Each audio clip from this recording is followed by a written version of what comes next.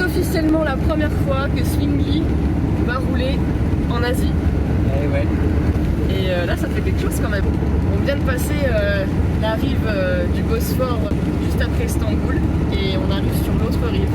Bon, pour l'instant c'est le début de l'Asie sous la pluie, mais ça devrait changer. On a plusieurs mois d'aventure et de road trip à travers ce nouveau continent.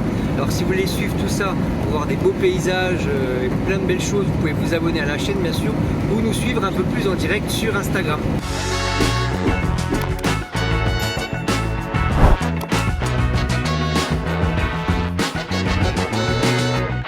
Alors première impression sur les autoroutes turques, c'est qu'on a vraiment changé de dimension. On voit qu'on est dans un très grand pays. Les axes sont énormes, les infrastructures, les ponts, les tunnels, 4, 5 voies même. Donc les distances vraiment sont énormes entre les stations essence, entre les villes.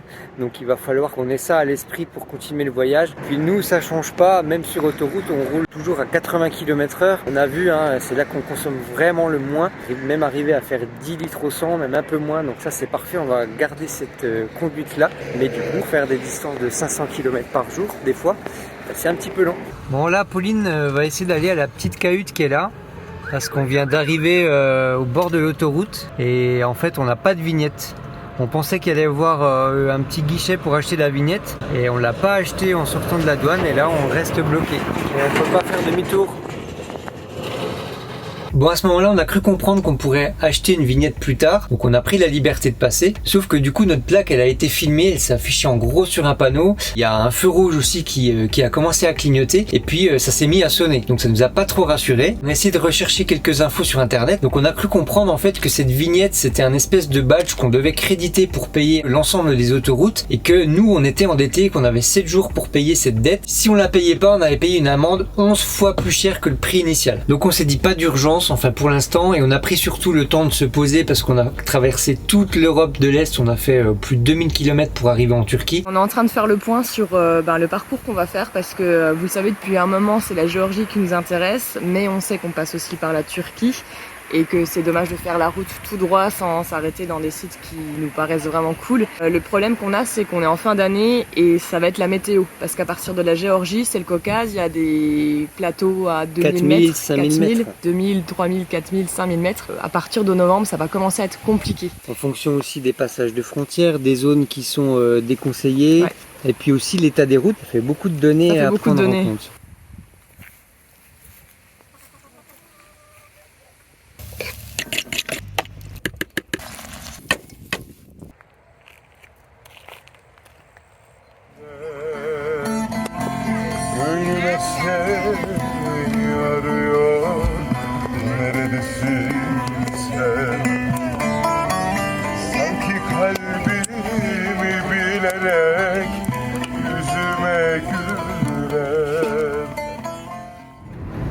Alors ça fait à peu près 500 km qu'on roule en Turquie et on n'a toujours pas trouvé le moyen de régulariser notre situation par rapport à cette vignette. Et on est en train de penser que c'est une blague en fait parce que... Donc en fait on se demande ce qu'on va faire. À chaque fois on essaie de trouver des stations-service qui ont ce fameux logo AGS. On y va. La première fois on nous a dit que le terminal ne marchait plus. L'autre que la vignette se faisait plus. Donc ça doit être la 5e station qu'on fait. Impossible. Ça je vous le fais pas dire, c'est dur de trouver une vignette. Hein. On va aller voir ici là, ce qu'ils nous disent. Là ? Ouais, franchement on n'en peut plus de cette vignette.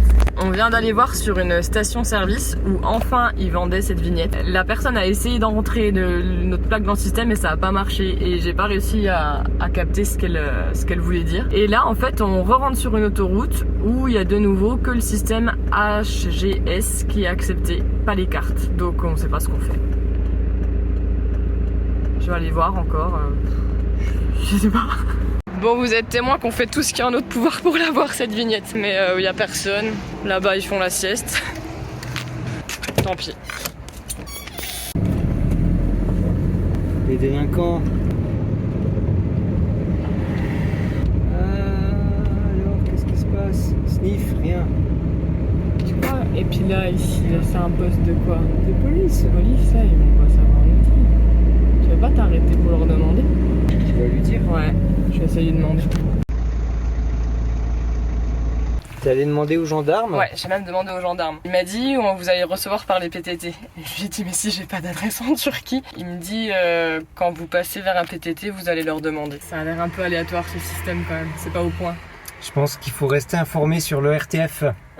On aura des infos bientôt. Donc il faut aller chez les PTT pour régler notre dette. Et ben on est quand même bien intègre. Hein. Non mais après c'est si tu veux visiter les prisons turques. Mais moi j'ai vu l'état de certaines toilettes, je sais pas si j'ai envie de faire les prisons turques. Apparemment tu peux régler quand même ta dette à la sortie du pays, mais de quelle façon je sais pas non. Normalement on avait 7 jours pour régler notre dette. Là il nous reste plus qu'un jour, je crois que c'est le dernier jour. Moi je pense que c'est là. Ah si c'est ça, regarde. C'est la mosquée, Pauline. Ah oui. Pauline, elle veut acheter sa vignette à la mosquée. PTT. Ah, apparemment PTT sinon, mais le village d'après. Bah si, PTT. PTT. PTT. Mais ouais, le village d'avant, le village d'après. Mais je sais pas.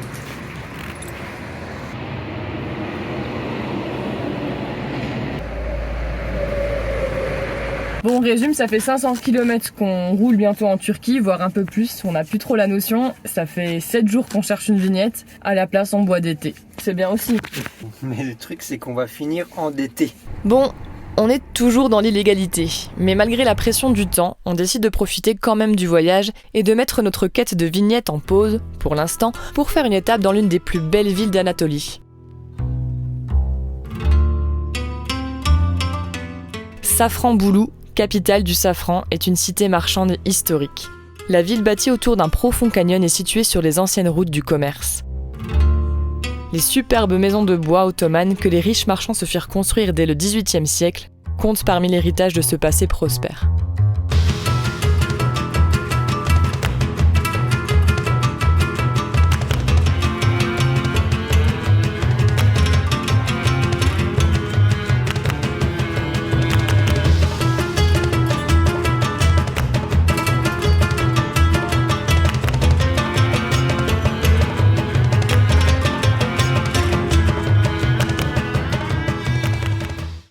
Le petit-déj qui est fort appétissant ma foi.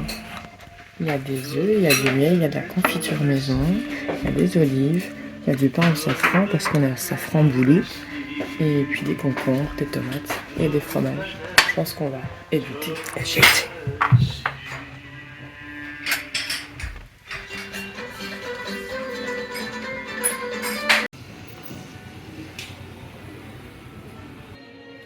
La journée commence très bien après un petit déj dans une maison typique de Safranbolu. Là on est au cœur du centre historique et c'est splendide aussi. On est au cœur du caravansérail et le caravansérail c'était là où s'arrêtaient les marchands avec leurs chevaux, leurs bétail, etc.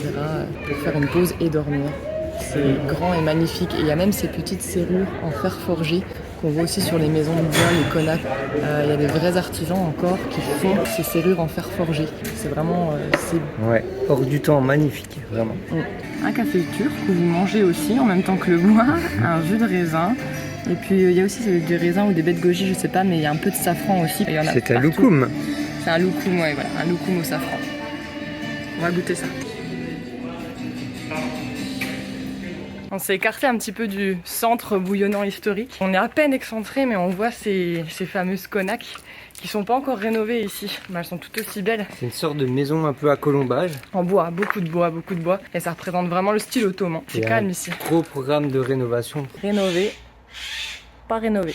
Bon, maintenant le défi c'est de sortir de Safranbolu. On s'est garé dans une ruelle un petit peu étroite. Donc là je sais pas si on se rend bien compte à la caméra, mais ça monte vraiment. Donc on espère qu'on va croiser personne et qu'on va pouvoir faire demi-tour facilement. Moi je suis plutôt confiant, mais Pauline pas trop rassurée. Hein.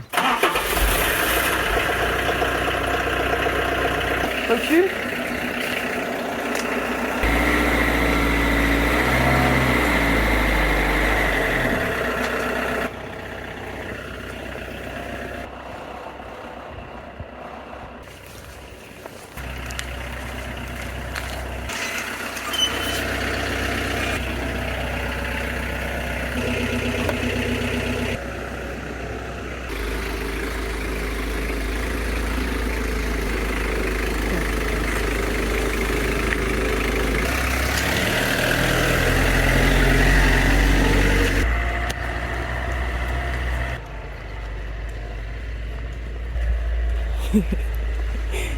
Ça réveille quand même. Après, en première, on peut aller partout. C'est pas ça le problème, c'est vraiment la montée. Donc, faut pas perdre l'élan. Et donc là, difficile de voir entre les arbres, les voitures sur le côté. Heureusement que tu m'as guidé, tu me disais c'était bon parce que si je perdais un peu de vitesse. Ah, tu cales et puis après c'est fini quoi. Avec le poids, c'est compliqué en. Pour le reste, c'est du goudron donc il n'y a pas de souci. Tu risques pas de déraper en fait. Ouais, le problème c'est quand il y a des petits graviers, mais. Ouh, des sports, hein. Moi je le fais pas. Les amis, dans un instant, nous allons voir. En exclusivité pour chez vous, Péripotes, les PTT.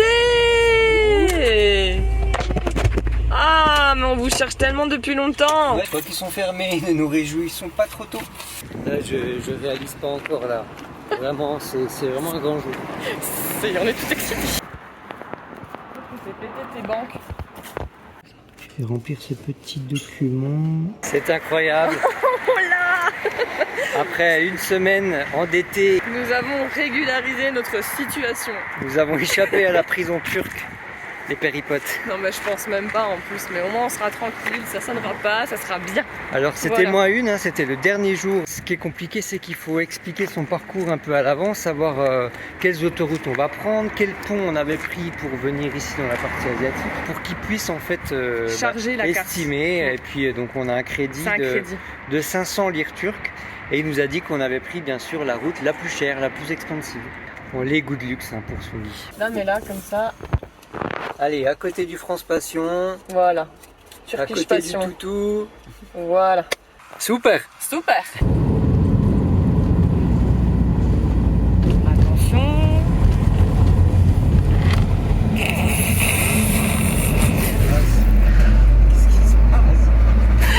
Ça n'a pas marché. Il n'y a rien qui marchait. En fait, ça pue l'arnaque. Ça n'existe pas, ce truc. Allez, hein. Vous bipez parce qu'on est content d'avoir pris la carte. Hein. Allez, il y a de l'argent là. Allez. Prenez l'argent. Prenez notre argent. Prenez notre argent. Prenez notre argent. Avance, c'est vert. Pas de notre argent. On a mis toute la YouTube monnaie dessus. On peut faire 10 fois le tour du monde. Hein. Nouvelle tentative. Elle est là la vignette, hein. Vous l'avez vu? Là. Là, elle est là.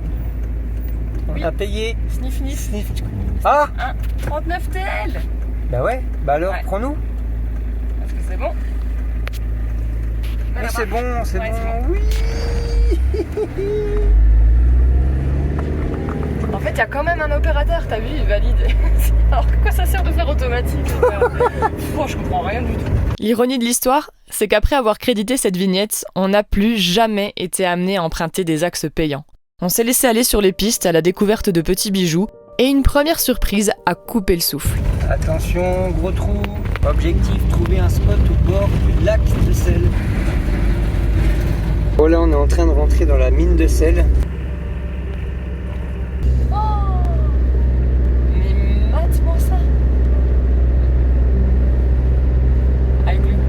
Soleil, mais sur le trou.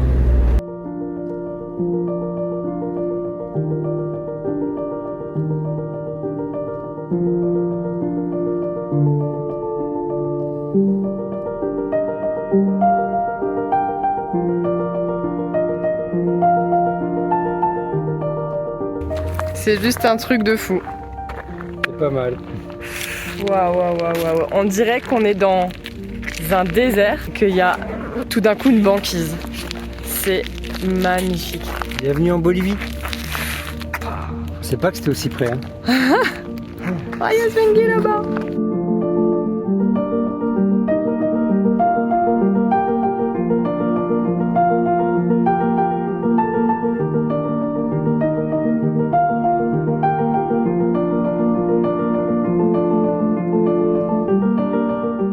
Bon ben, on a bien profité, mais maintenant on va rentrer et on a dit au gardien non, on ne dormirait pas parce qu'en fait il nous a laissé passer. Il a dit ok photo, ok vidéo, mais dormir non.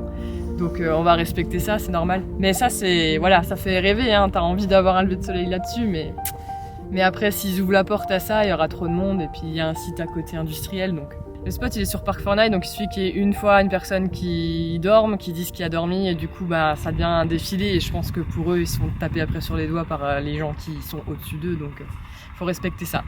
Alors on va aller trouver un endroit où dormir ailleurs. Moins beau. Moins beau. Beaucoup moins beau.